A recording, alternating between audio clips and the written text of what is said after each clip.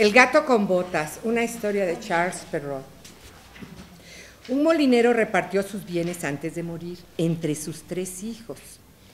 Pronto estuvo hecho el reparto, pues solo tenía un molino, un asno y un gato, de modo que ni hizo testamento ni llamó al notario, que a buen seguro se hubiera llevado la mejor parte de su escaso patrimonio.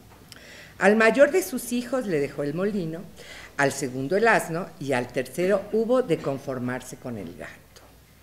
Este último no podía resignarse de haber recibido tan pobre herencia.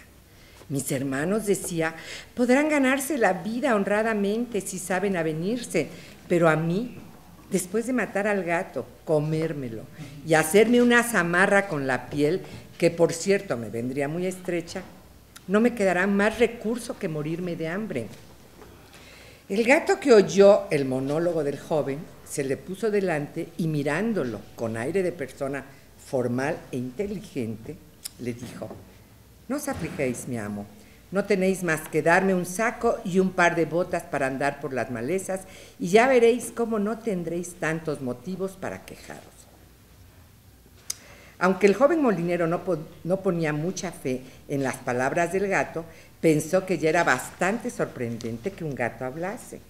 Y eran tantas las habilidades que le había visto desplegar para cazar ratas y ratones, como colgarse por las patas o esconderse en la harina haciéndose el muerto, que no le pareció del todo descabellado tener en él un poco más de confianza para ser socorrido en su miseria. Cuando el gato recibió las botas, se las calzó, dándose aires de importancia y echándose el saco a la espalda y las ataduras al cuello. De ahí se encaminó resuelto a un coto donde había una gran cantidad de conejos. Puso un poco de salvado y unas hierbas dentro del saco y, tumbado como si estuviera muerto, esperó que algún conejo tierno y poco experimentado se metiera en el saco para comerse lo que dentro había. No tardó mucho en ver satisfechos sus deseos, pues en todos los cotos abundan los conejos necios. Y cuando un atolondrado de estos, gordo y lúcido, se metió en el saco, ese gato tiró de las cuerdas y lo cogió en la trampa. Enseguida lo mató sin misericordia. Luego, orgulloso de su presa, se dirigió al palacio y pidió permiso para hablar con el rey. Lo condujeron a las habitaciones de su majestad, donde, después de hacer una profunda reverencia, dijo: Señor, he aquí un magnífico conejo del coto de mi señor, el marqués de Carabás, que me ha encargado ofreceros humildemente de su parte. Di a tu amo, contestó el rey, que acepto su obsequio, y le quedó muy agradecido. Otra vez fue a esconderse con su saco abierto en un campo de trigo y cogió 2 hermosas perdices de la misma manera que al conejo. Cuando las presentó al rey con el mismo mensaje, su majestad se mostró tan contento que ordenó que se llevasen al gato a la cocina y le dieran algo de comer y de beber. El gato continuó durante 2 o 3 meses llevando de vez en cuando al rey piezas cazadas, según decía él, en el coto de su amo.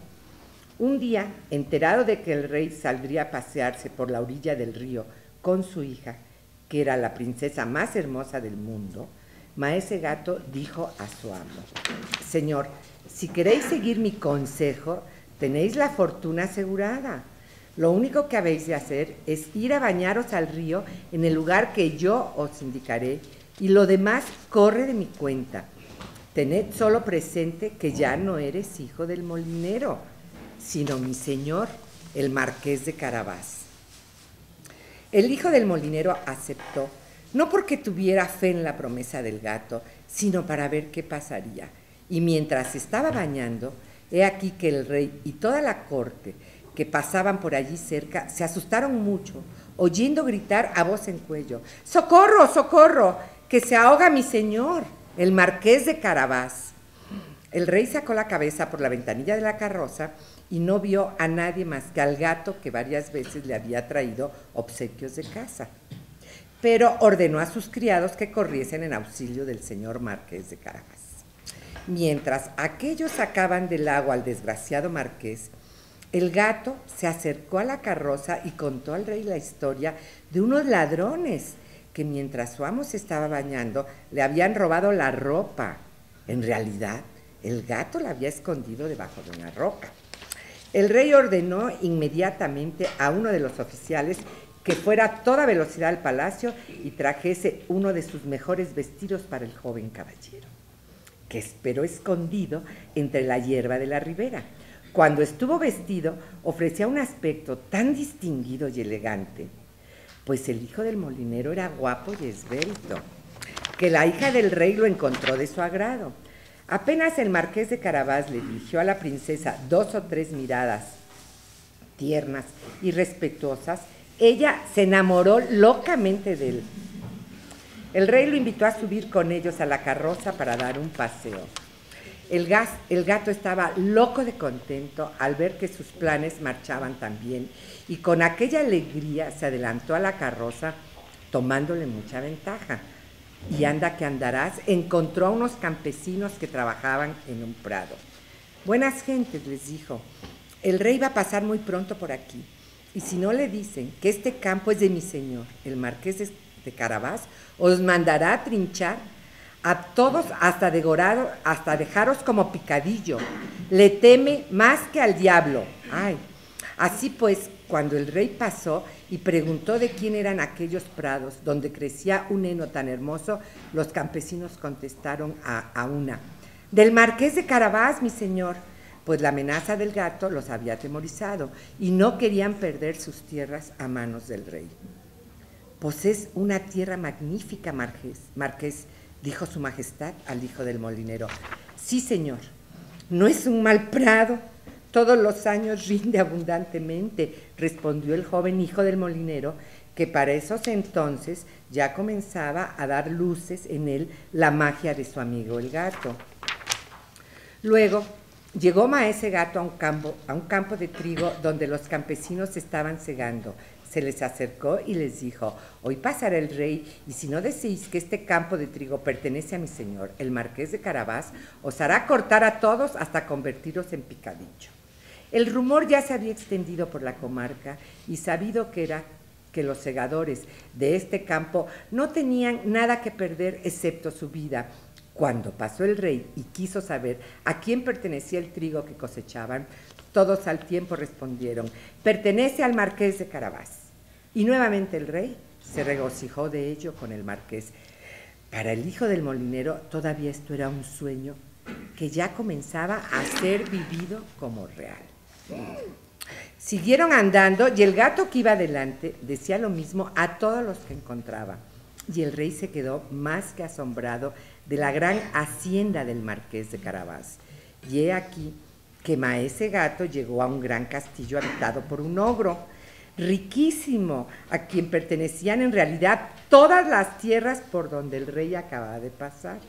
El gato, que tuvo el cuidado de informarse quién era este ogro y de sus habilidades, solicitó hablar con él, diciendo que no había querido pasar tan cerca del castillo de tan noble señor sin entrar a ofrecerle sus respetos. Cuando así lo anunciaron al ogro, este salió a la puerta a recibir al viajero con la cortesía de que es capaz un ogro y le rogó que entrase a descansar. Gracias, señor, dijo el gato. En países lejanos ha llegado a mis oídos la fama de las extraordinarias dotes de vuestra persona, especialmente de la virtud que tenéis para transformaros a voluntad en bestia o en fiera, como por ejemplo en león o en elefante. No os han dicho más que la verdad, contestó el ogro bruscamente, y para que no os quede la menor duda, ahora mismo me convertiré en un león. Así lo hizo, y el gato se espantó tanto que saltó al tejado y se escondió en el canalón. Medida un poco peligrosa a causa de las botas, que no eran lo bastante apropiadas para andar por las tejas. Por fin, viendo que el ogro había vuelto a su forma primitiva, bajó disimuladamente del tejado y confesó que había pasado mucho miedo.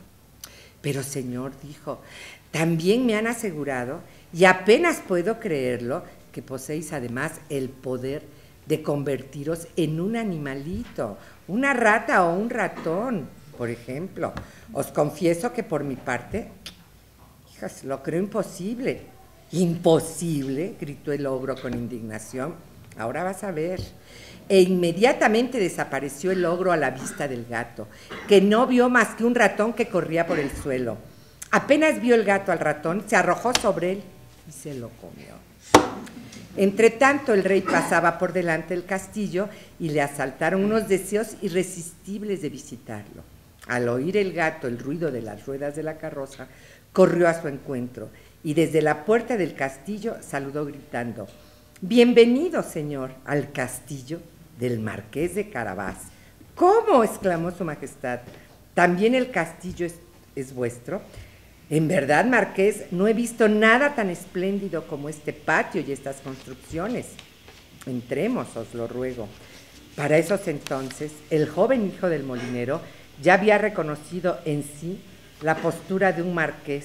Ya se sabía el Marqués de Carabás. Y mientras el gato daba órdenes a los sirvientes del castillo, les decía: «Buenas personas, no temáis. Yo, el gato con botas, solo soy un reflejo del alma de mi amo, el Marqués de Carabás». Y como estos infelices habían presenciado el inesperado fin del ogro, pensaron que su nuevo amo debía ser un hechicero más poderoso aún que el que había engullido el gato, por lo que se aprestaron a obedecer. El marqués ayudó a la princesa a bajar de la carroza sin decir palabra y apartándose para que el rey pasara adelante, pues había adquirido todas las maneras cortesanas, siguió a su majestad hasta una gran sala donde esperaba un magnífico almuerzo que por órdenes del gato habían preparado los sirvientes. Encantado el rey de las excelentes prendas del Marqués de Carabás, así como su hija, que estaba loca por él, y viendo los grandes bienes que poseía, le dijo, después de haber bebido 5 o 6 copas: «Solo de vos depende, marqués, el que seáis mi yerno».